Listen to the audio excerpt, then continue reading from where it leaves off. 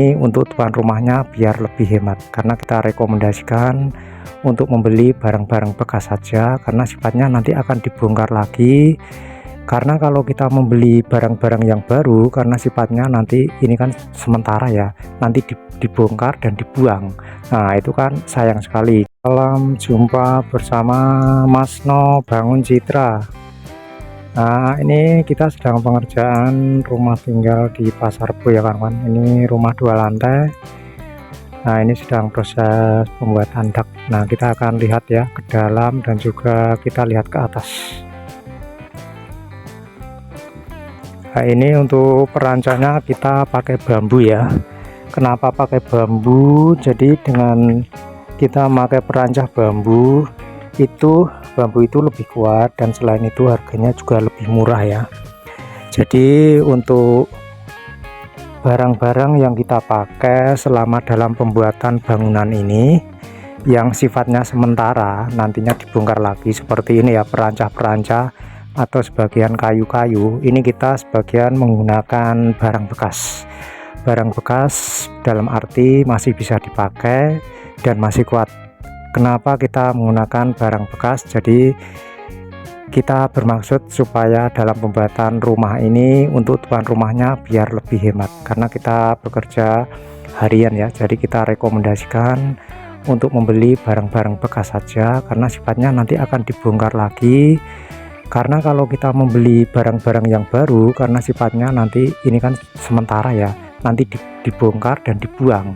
Nah itu kan sayang sekali. Jadi untuk menghemat biaya kita gunakan barang-barang bekas saja. Nah ini untuk bambu dan kayu-kayunya sebagian barang-barang bekas tapi masih layak pakai, masih kuat ya. Nah ini sebagian barang-barang bekas tapi masih kuat. Barang bekas tapi masih kuat, masih bagus. Kalau beli baru buat apa, nanti dibongkar lagi. Sekarang kita akan naik ke atas ya untuk melihat daknya. Nah sekarang kita sudah sampai di atas ya kawan-kawan.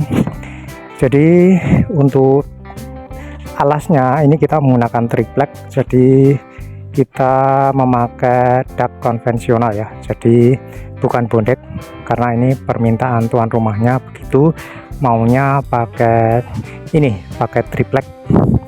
Dan ini kayu-kayunya ini juga pakai bekas ya kawan-kawan, jadi bekas kita rekomendasikan. Jadi nggak usah beli baru pak, kita beli ini aja barang-barang bekas. Nanti buat beli, kalau beli baru kan harganya juga mahal, nanti setelah itu kan dibongkar buat apa. Nah kita rekomendasikan untuk mencari barang bekas yang harganya lebih murah dan masih kuat dan tentunya tetap bisa dipakai. Untuk kualitasnya gimana? Kualitasnya tetap oke ya. Nih kita lihat untuk potong-potongannya juga presisi banget. Kalau untuk pembuatan itu kan tergantung dari penukangannya ya.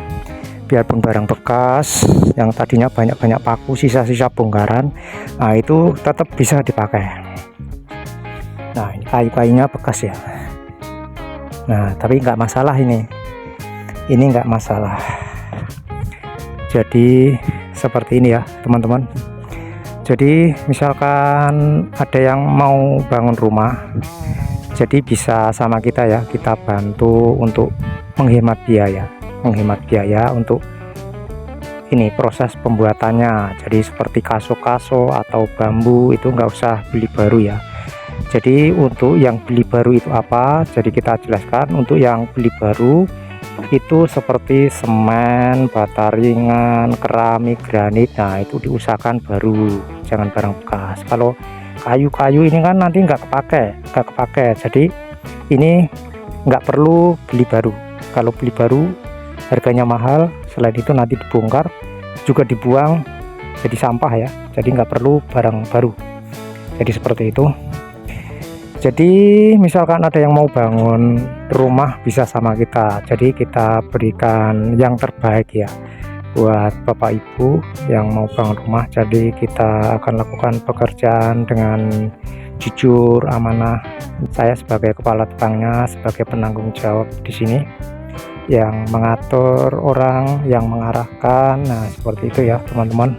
Jadi kita ada tim sebagai tukang, sebagai ladenan nanti ada, jadi nanti kita yang atur seperti itu.